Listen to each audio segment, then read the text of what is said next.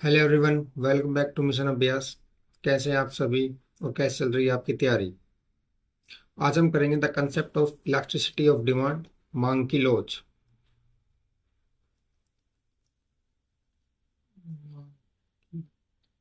लोच।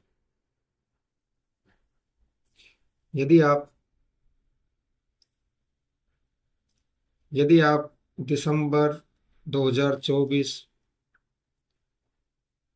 नेट के लिए नेट के लिए तैयारी कर रहे हैं तो आप हमारे इकोनॉमिक्स का बैच ज्वाइन कर सकते हैं।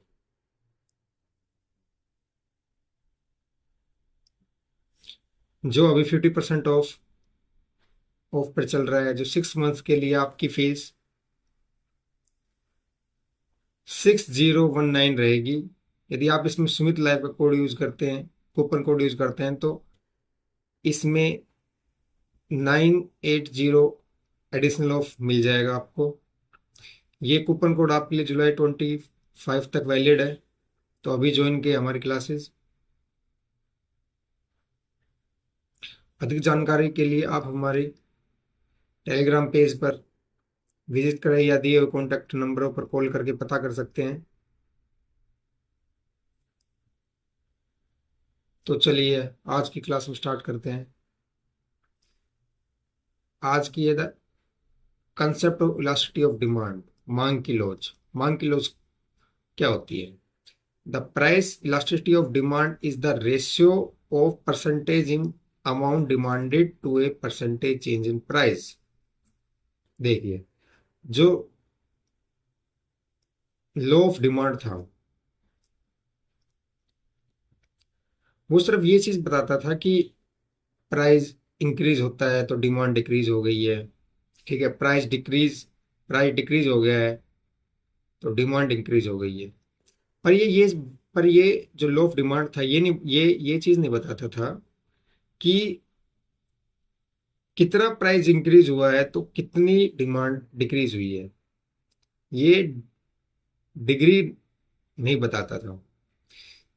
इसके लिए हमें मांग की लोच या इलास्टिसिटी ऑफ डिमांड डिस्कस करना है। तो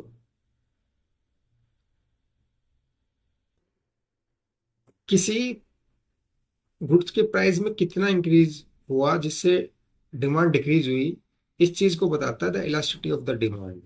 ठीक है, ये है भी ऐसा है। The price elasticity of demand is the ratio of the percentage in amount demanded to a percentage changes price. कौन कौन से फैक्टर्स होते हैं जो इलास्टिसिटी ऑफ डिमांड करते हैं? ठीक है, नेचर ऑफ कमोडिटीज है, इनकम लेवल है, लेवल ऑफ प्राइस है, नंबर ऑफ यूजर्स है, टाइम पीरियड है, ये किसी नंबर ऑफ कितने यूजर्स है उस गुड्स के, कंज्यूमर का इनकम लेवल कितना है, गुड्स का प्राइस लेवल कितना है, सब्स्टिट्यूट्स कितने हैं उस गुड्स के। तो ये सभी फैक्टर्स है इलास्टिसिटी ऑफ डिमांड के।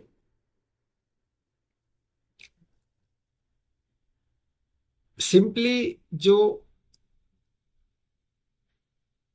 प्राइस इलास्टिसिटी है, सिंपली प्राइस इलास्टिसिटी है।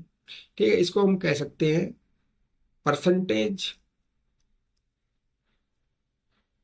Change in A amount demanded divide by percentage change in price. ठीक है, मतलब नॉर्मली है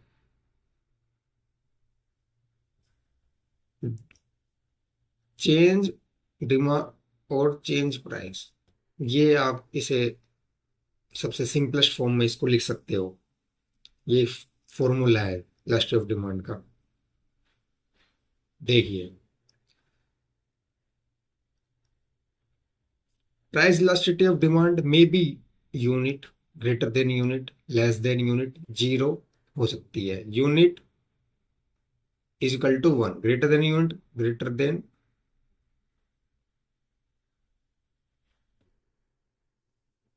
देन वन, ठीक है, लेस देन वन, और zero and infinite, zero is equal to zero, infinite infinite. ठीक है, ये हो सकती है प्राइस इलास्टिसिटी ऑफ डिमांड। अब कैसे, अब देखिए, देखो, परफेक्टली इलास्टिक डिमांडेड, इसका मतलब क्या है? देखो, ये बता रहा है, ये जो डायग्राम है ये बता रहा है प्राइस में बहुत कम चेंज हुआ है, लेकिन उसकी जो क्वांटिटी डिमांडेड है वो बहुत ज्यादा चेंज हो जाता है उसमें। प्राइस में बहुत कम, ना के बराबर चेंज हुआ है, लेकिन जो मांग है, जो डिमांड, जो क्वांटिटी की डिमांड है यूनिट्स की, वो बहुत ज्यादा। ये देखिए, ओपी पे ही ओ क्या हो, ओ क्या टू, ओ क्या वन, ओ क्या तक डिमांड की जा सकती है। तो ये है perfectly elastic demand, infinitive, infinite. ठीक है, ये क्या बताता है? The perfectly inelastic demand, inelastic means zero, equal to zero, means price में कितना भी चेंज हो जाए उसकी डिमांड में चेंज नहीं होता है, या बहुत ही कम नाम मात्र का चेंज होता है। ये है इन इलास्टिक डिमांड। ठीक है, इजिकल टू जीरो। अब ये वाला क्या दिखाता है? Higher elastic demand means greater than one. Greater than one का मीनिंग क्या है? प्राइस में बहुत कम चेंज हुआ, लेकिन डिमांड उससे ज्यादा चेंज हो जाती है। ये प्राइस कम हुआ चेंज, पर डिमांड इसकी ज्यादा चेंज हो गई। जैसे बता रहा है, पहले प्राइस ओपी था, ओपी पे डिमांड थी ओ क्या, प्राइस पी वन, पी से पी वन आया, इतना आया, इसकी डिमांड कितनी इंक्रीज हो गई? ओ से ओ क्या हो, इतनी ज्यादा। तो ये परफेक्टली इलास्टिक डिमांड है, greater than one. Less elastic demand means less than one. Less than one की इसका मीनिंग क्या है? कि प्राइस में जितना चेंज हुआ था उसके हिसाब से डिमांड में कम चेंज हुआ।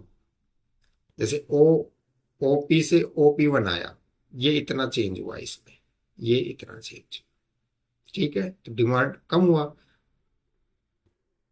इलास्टिक या unit demand is equal to one. ये सबसे वो है कि इतना ही तो चेंज हुआ है प्राइस में, और जितना चेंज प्राइस में हुआ उतना ही चेंज डिमांड में हुआ।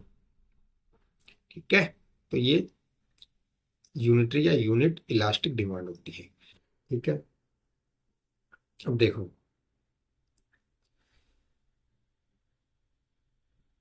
मांग की लोच या इलास्टिसिटी को मेजर करने के लिए कुछ मेथड्स हैं, जैसे 5 मेथड्स है। ठीक है, नंबर वन,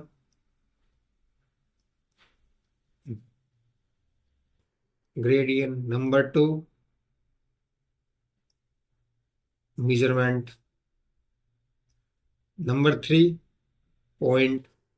पॉइंट ये मेथड है, मेथड, ये measurement method, point method. Number चार, आर्क मेथड। नंबर पांच हो गया एक्सपेंडिचर मेथड, या आउटले, आउटले भी। ये ठीक है, ये 5 मेथड्स होते हैं मेजर करने के लिए इलास्टिसिटी। ठीक है,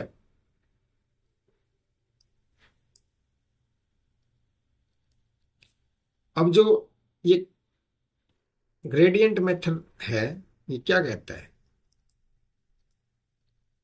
this gradient method speaks of a slope of the demand curve and not of the elasticity of demand। इसका मतलब क्या है? इसको हम एक डायग्राम से समझेंगे। एक मिनट, इसको हम डायग्राम से समझते हैं। देखिए, क्या है,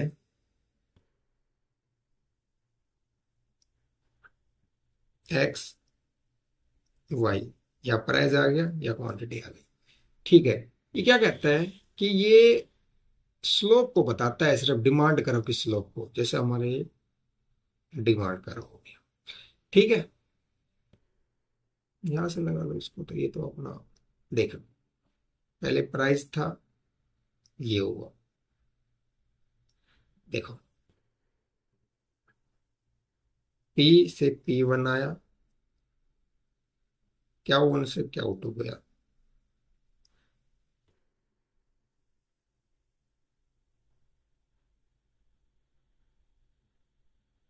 पी डेल्टा क्या, मतलब इसमें delta P equal to delta क्या हो, इसका मतलब क्या है कि वन, ये यूनिट यूनिट इलास्टिसिटी है, इजकल टू वन आया। यदि ऐसे ही ये हम एक दो डायग्राम बना लेते हैं, ठीक है, ये थोड़ा सा ज्यादा ऐसे हो जाता, या ये ज्यादा ऐसे हो जाता, या ऐसे हो जाता। अब देखिए, ये ये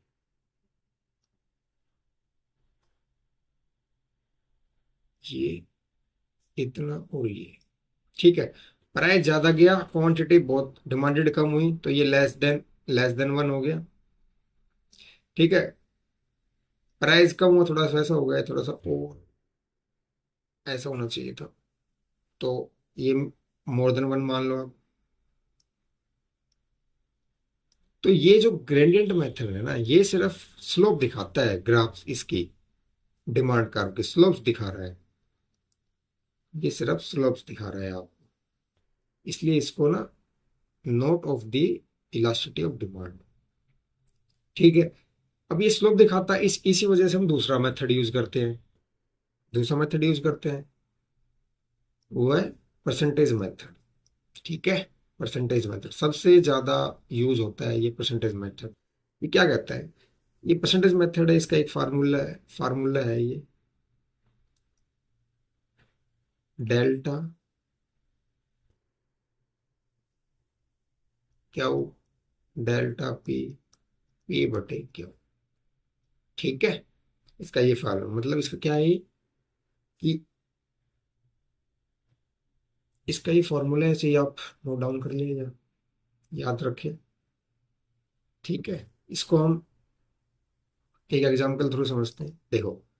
when price of a good is 10 per unit, the consumer buy 5 unit of the goods. When price rise to 6 per unit, the consumer to buy 6 unit. Calculate price elasticity of demand. देखो, इसे हम calculate करते हैं, हमारा formula क्या था, delta Q delta P, P बटे Q. Delta Q क्या है, ये क्यू क्या है, क्यू ये है, Q one minus Q two, और डेल्टा पी क्या है, P one minus P two. अब इसमें क्यू वन क्या है, 10 है, तो डेल्टा क्यू 10 - 6 सेकेंड से, ये 10 यूनिट था, नहीं द प्राइस ऑफ, ये फाइव फाइव फाइव था, यहाँ पर 6 था, 6 तो मीन्स वन आ गया। और डेल्टा पी, पी क्या है, 10 था, और अब ये 6 है, मतलब 10 - 6 4 आ गया, तो वन, 4, 4, और पी 10, क्या 1 5, ये इससे हो गया, ये इससे हो गया, मतलब सोल्व किया तो ये 1/2 आ गया, मतलब क्या इसका क्या मिला, लेस देन वन है ना, ये लेस देन वन है, मतलब लेस इलास्टिसिटी डिमांड है। तो ये मेजरमेंट अपना परसेंटेज मेथड है, बहुत ज़्यादा यूज होता है। आप ये मानो कि ये आपको याद रखना है, मोस्ट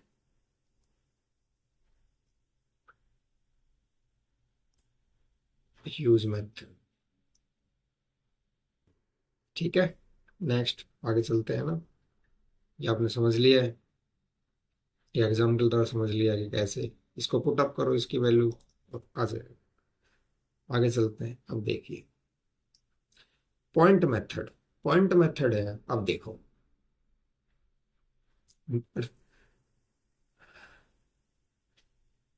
देखिए ग्रेडियंट मेथड में सिर्फ स्लोप बताया, परसेंटेज मेथड में आप मैथमेटिकल यूज करते हो, ठीक है। अब आता है पॉइंट मेथड। पॉइंट मेथड क्या आता है, देखो परसेंटेज मेथड पूरे उसका बताता है, पॉइंट मेथड क्या कहता है, एक ये हो गया, ये हो गया ना, एक ये पॉइंट है, पॉइंट लगाते हैं, 1 2 3 4 5, ABCDE।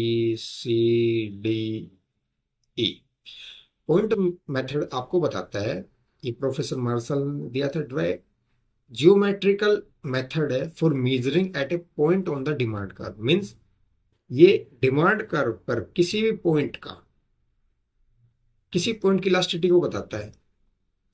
ठीक है, जैसे कि ए पे कितनी है, बी पे कितनी है, सी पे कितनी है, डी पे कितनी है, ई पे कितनी है। ठीक है, ये हमें ये चीज बताता है पॉइंट मेथड। अब एग्जांपल है बहुत, मतलब आप बस इसे देखो। पॉइंट सी है, पॉइंट सी की हमें निकालनी है। इसका फार्मूला क्या है? लोअर सेगमेंट, इसका एक फार्मूला क्या है? Lower upon upper segment.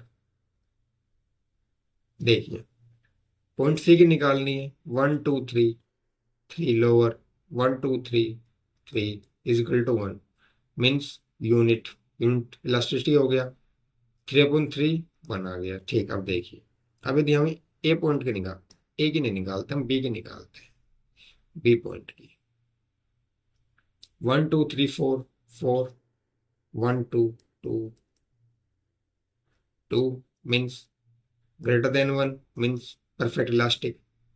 ए की निकालेंगे तो ए की निकालते हैं, 1 2 3 4 5, 5 1 5 मीन्स इन्फिनेटिव। अब देखते देखो, इससे हमें क्या चीज पता चलती है? जो भी पॉइंट एक्स एक्सिस के पास होगा, मतलब मिडल से जो नीचे की तरफ होगा, वो कम इलास्टिसिटी वाला होगा। जो मिडल से ऊपर की तरफ होगा, वो उसमें इलास्टिसिटी, उसकी इलास्टिसिटी ऑफ डिमांड ज्यादा होगी। मीन्स ई पॉइंट पे होती है 0, लेस देन 1, बराबर 1, मोर देन 1 और इन्फिनिटी। ठीक है, पॉइंट मेथड ये हो गया है, ये चीज बताता है। आपको बस ये चीज याद रखनी है, ये कि इस तरफ होता है ये ऐसे चलता है, 0, लेस देन 1, 1, मोर मोर देन 1, इन्फिनिटी। ठीक है, ये प्राइस, ये क्वांटिटी, ठीक है, ये तो आपको पता ही है इतनी चीजें तो। चलिए नेक्स्ट पे देखो। नेक्स्ट नेक्स्ट क्या होती है? नेक्स्ट मेथड है आर्क मेथड। देखो,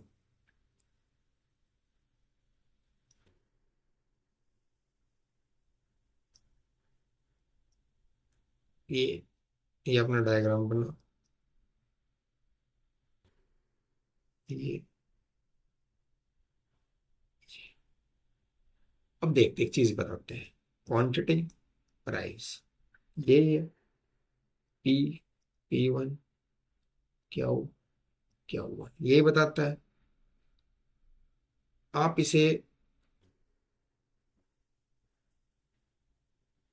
ना, ये आपका ए, ये बी, जो अपना पॉइंट मेथड था, वो तो इस पॉइंट और इस पॉइंट को बता देता है। ये तो है, किसी भी पॉइंट को वो बता देता है कि भाई lower segment upon upper segment, easily है। इसका ए की और बी क्यू पॉइंट की इलास्टिसिटी बता सकता है। ठीक है, पर यदि एक ही पॉइंट सी हो जाए, तो इस पॉइंट की इलास्टिसिटी कैसे पता चलेगी? मतलब आर्क जो मेथड है ना, वो दो पॉइंटों के बीच की इलास्टिसिटी को बताता है। ये सबसे ज्यादा हो रहा है भाई। ग्रेडियंट स्लोप बताता था, मेजरमेंट सिर्फ मेजर करते थे अपना। फिर वो पॉइंट मेथड आया, वो डिमांड कर्व के ऊपर पॉइंटों को बताता था। अब ये आर्क मेथड बताता दो पॉइंटों के बीच इलास्टिसिटी क्या होगी। ठीक है, इसका हम एक, क्या है ना, देखिए, जो अपना पॉइंट मेथड था ना, उसके लिए ये ऐसे जाओगे या ऐसे जाओगे, वो एक ही मानता था इलास्टिक। ए से बी की तरफ जाओगे या मूवमेंट बी की तरफ, बी से ए की तरफ होगी, तो इलास्टिसिटी होती थी वो सेम होती थी, सेम आती, लेकिन आर्क मेथड में ऐसा नहीं माना जाता। एग्जाम्पल थ्रू समझते हैं इसको, देखिए। देखो, suppose at a point A, हम हम जा रहे हैं फिलहाल ए से बी की तरफ, ठीक है। Suppose at a point A on the demand curve 10 unit of a commodities are demanded 8। देखिए, अपना फार्मूला क्या था, क्या वो पी, पी बटे, हमारा ये फॉर्मूला होता था।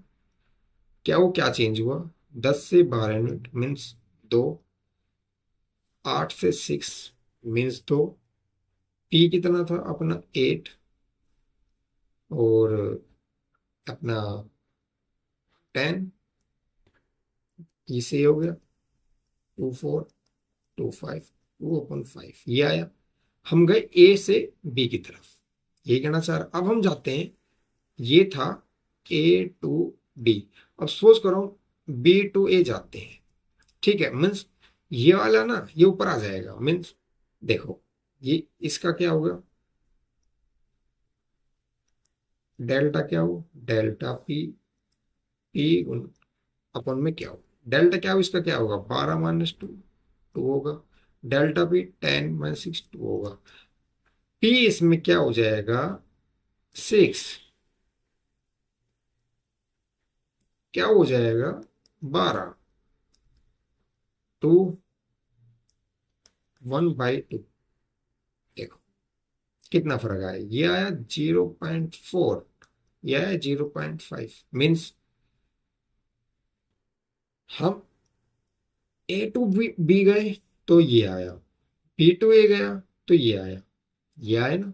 तो दोनों मतलब इलास्टिसिटी डिफरेंट आई, पर पॉइंट मेथड तो कहता था कि सेम आनी, सेम आती है, पर नहीं, आर्क मेथड ने इसे क्रिटिसाइज किया कि नहीं, ये अलग अलग चीजें अलग अलग आएंगी, ठीक है। तो अब जो आर्क मेथड है वो अपने को कैसे यूज करता है, उसने अपने अपना फार्मूला चेंज किया, वो देखते हैं।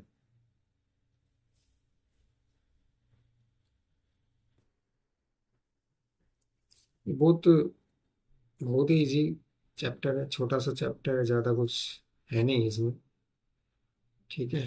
पर ये है कि आप लोगों को पता होना चाहिए, धीरे धीरे बेसिक करते हैं फिर टफ भी करेंगे, ठीक है।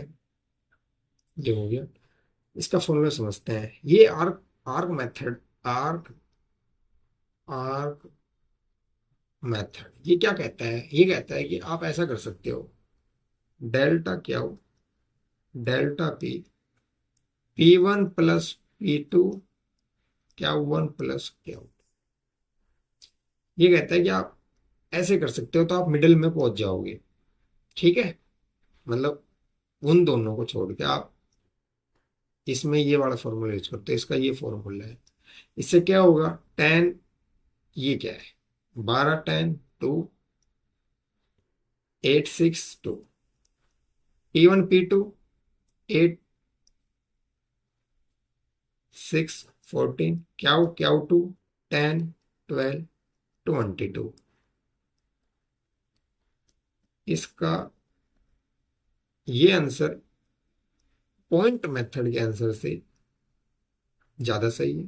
तो आर्क मेथड में ये किया जाता है, ये याद रखना कि P1 P2 हुआ है इसमें, इनका मतलब आप ये मान लो कि इसको ऐसे भी कर सकते हो। देखो ऐसे भी एक इजी से एक चीज सब बताता हूँ, डिफरेंट इन क्या हो, ठीक है, सम ऑफ क्या हो गया, sum of price, difference in price. आप इस चीज को भी आप कंसीडर कर सकते हो, ठीक है। ये वाला भी एक है इसमें। तो ये आर्क मेथड हो गया आपका, ठीक है। Measurement method, point method, arc method, ठीक है। चलते हैं अब आगे। अभी तक हम पढ़ रहे थे प्राइस इलास्टिसिटी, इलास्टिसिटी मांग की लोच कैसे, वन गुड की, वन गुड्स की। तो एक गुड्स का प्राइस डिक्रीज होता है तो डिमांड कितनी इंक्रीज हुई, ये चीजें पढ़ रहे थे अभी हम। ठीक है। क्रॉस इलास्टिसिटी में क्या होता है, इसमें क्या होता है, एक मतलब आप ऐसे मानो, इसको एक एग्जांपल सीधा समझते हैं कि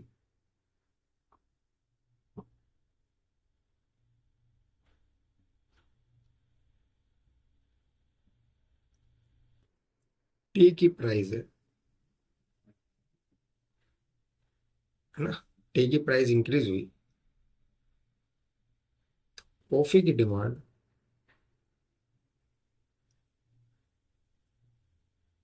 कितनी इंक्रीज होगी। मतलब ये दो गुड्स को मिला के इलास्टिसिटी निकालते हैं, मतलब इलास्टिसिटी बी ए। ठीक है।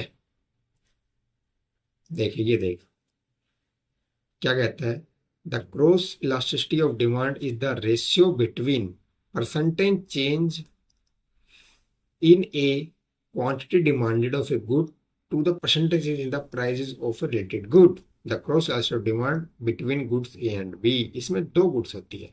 अभी हम सिंगल सिंगल गुड्स का देख रहे था, इसमें होती है दो गुड्स। ठीक है, वन और बी मीन्स वन का प्राइस यदि इंक्रीज होता है तो बी की डिमांड में क्या फर्क होगा, कितना फर्क होगा, कितना परसेंट होगा। ठीक है। इसका प्राइस इंक्रीज होगा तो इसकी डिमांड भी तो इंक्रीज होगी, यदि क्योंकि इसकी डिमांड कम हो जाएगी तो इसकी डिमांड इंक्रीज हो जाएगी। एक तरीके से यही तो है। इन दोनों के बीच में इलास्टिसिटी, इसको क्रॉस इलास्टिसिटी कहते हैं। ठीक है। अब देखो, two type of related goods होती है क्रॉस। अब देखिए एक चीज बताता हूँ आपको, इसको इरेज कर देते हैं, ये आ गया। देखो हमने आर्क मेथड पढ़ा था ना, आर्क मेथड टू पॉइंट के बीच में निकालता है, टू पॉइंट हो गई मीडियम में निकालते हैं ना आर्क मेथड। अब जी क्रॉस इलास्टिसिटी है ना, ये भी ऐसी ही है, ये भी ऐसी ही है। इसका फार्मूला क्या होगा, ई, बी गुड्स हो गई, ये गुड्स हो गई, यही होगा ना। अब देखो ये भी ही ऐसी, डेल्टा क्या हो बी, इसे क्या हो और बी को स्मॉल, डेल्टा क्या हो, डेल्टा पी, पी ए, एक मिनट रुको, देखो क्या हुआ, आ गया डेल्टा पी ए गुना इस तरफ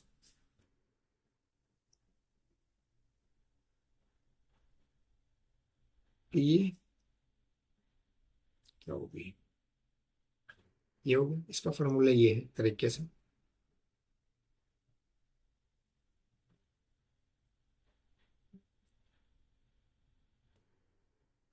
ठीक है, इसको हम ऐसे समझ सकते हैं, इसका फॉर्मूला हो गया ये। ठीक है, चलते हैं आगे अब। Two types of related goods होती है, सब्स्टिट्यूट्स होती है, कॉम्प्लीमेंट्री होती है। सब्स्टिट्यूट्स, सब्स्टिट्यूट्स मीन्स क्या होता है, देखो सब्स्टिट्यूट्स होता है कि एक दूसरे के सब्स्टिट्यूट के आप एक दूसरे की जगह उसको यूज कर सकते हो। जैसे कि टी, कॉफी, बटर जैम, मतलब यही कहेगा। ये एक चीज बताता हूँ, देखो दो चीजें हैं। टी के प्राइस, अब ये है, ये टी के हैं, टी के हैं प्राइस, कौन, कॉफी के, कॉफी के हैं क्या है, कॉफी की डिमांड क्वांटिटी। ठीक है। इस प्राइस और इस पे ये ऐसा किया जा रहा है। ठीक है। कॉफी की, इसके प्राइस हो गए कम, तो इसकी डिमांड हो जाएगी इंक्रीज। कितनी परसेंट होगी? वही, equal one, less than one, more than one, zero, infinity, ये सब होगा। ये होती है, ठीक है। और जो कॉम्प्लीमेंट्रीज होती है, जैसे कि दो दो गुड्स, ये कौन सी गुड्स होती है? सेम गुड यूज होती है, जो जैसे कार पेट्रोल, ठीक है, कार पेट्रोल, यदि इसकी इसका प्राइस इंक्रीज होगा तो इसकी डिमांड भी डिक्रीज होगी। क्या कहना चाहता है? पेट्रोल ले और एक कार ले, ठीक है, पहले ये थी, अब इसके प्राइस हो गए इंक्रीज, इसके प्राइस हो गए इंक्रीज, है ना, तो इसकी डिमांड भी तो कम हो जाएगी। ये कहता है, ठीक है। चलिए, इनकम इलास्टिसिटी क्या होती है? देखो, अभी हम पढ़ रहे थे प्राइस इलास्टिसिटी, जिसमें प्राइस के चेंज होने पर डिमांड में कितना फर्क पड़ता है, कितना ज्यादा इफेक्ट आता है, ठीक है। इनकम इलास्टिसिटी नॉर्मली क्या हो गया कि इनकम के चेंज होने पर, इनकम के चेंज होने पर डिमांड में क्या फर्क पड़ता है? चीजें वही है, unit, less than unit, more than unit, ठीक है। वन वन, ये वन लो, जीरो, इन्फिनेटिव। बस क्या है, ये प्राइस इलास्टिसिटी है, इनकम इलास्टिसिटी है, मीन्स इनकम के चेंज होने पर डिमांड में क्या फर्क पड़ रहा है। एक तरीके से ये, तो delta Q, delta Y, Y upon Q, इसका ये फार्मूला हो गया। इसी में सारे वही मेथड्स आ जाएंगे, सेम मेथड आ जाएंगे, ठीक है। एक चीज याद रखनी है आपको, जो नॉर्मल गुड्स होता है इसका इलास्टिसिटी पॉजिटिव होती है, इन्फीरियर गुड्स की नेगेटिव होती है, ठीक है। गुड्स कई तरीके की होती है, ठीक है, ऐसा नहीं है। आप ये एक चीज मान लो, जैसे कि हमारे डेली वेजेस की गुड्स हो गई, राइस, वेजिटेबल्स। क्या हुआ कि एक चीज समझते हैं, इनकम आपकी इंक्रीज भी हो गई है ना, तब भी आप ऐसा तो नहीं इनकी ज्यादा डिमांड करने लग जाओगे। मंस डेली वेजेस की गुड्स की इलास्टिसिटी कम होती है, ऐसा नहीं किसी ज्यादा होती है। और जो लग्जरी गुड्स होती है, डेली वाली, लेस, मतलब लेस लिख लो उसको, वो कितनी भी सकती है। सभी की इनकम ग्रुप अलग अलग होती है। लग्जरी वाली, लग्जरी जितनी आपकी इनकम इनकम बढ़ती है, आप लग्जरी गुड्स की डिमांड ज्यादा करते हो, मीन्स ये आपकी परफेक्टली इनकम इलास्टिक वाली है, ठीक है। ये आपने याद रखना है, ठीक है। आज के लिए इतना ही। आप लोगों को ये लेक्चर अच्छा लगा हो तो आप वीडियो को लाइक करें, ठीक है। बैच ज्वाइन करने के लिए आप हमारे नंबरों पर कांटेक्ट करें, पता करें। यदि आप 2024 दिसंबर 2024 के लिए तैयारी कर रहे हैं तो एक बार जरूर हमारे वेबसाइट पर विजिट करके देखिए। हमारा ऐप है ये मिशन अभ्यास, इसको डाउनलोड करें, ठीक है। आज के लिए इतनी आई, मिलते हैं अब नेक्स्ट क्लास में। Thank you.